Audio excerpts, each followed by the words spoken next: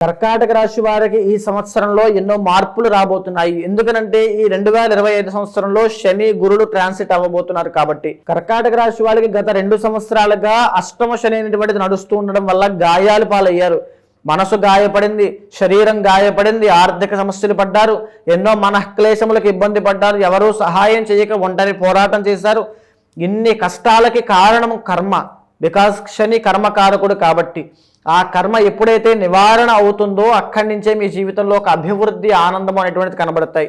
ఈ ఫిబ్రవరి 26వ తారీఖు మహాశివరాత్రి నాడు నేను నిర్వహించేటువంటి కర్మ ప్రాయశ్చిత రుద్ర తంత్రంలో ప్రతి ఒక్కరూ పాల్గొనండి.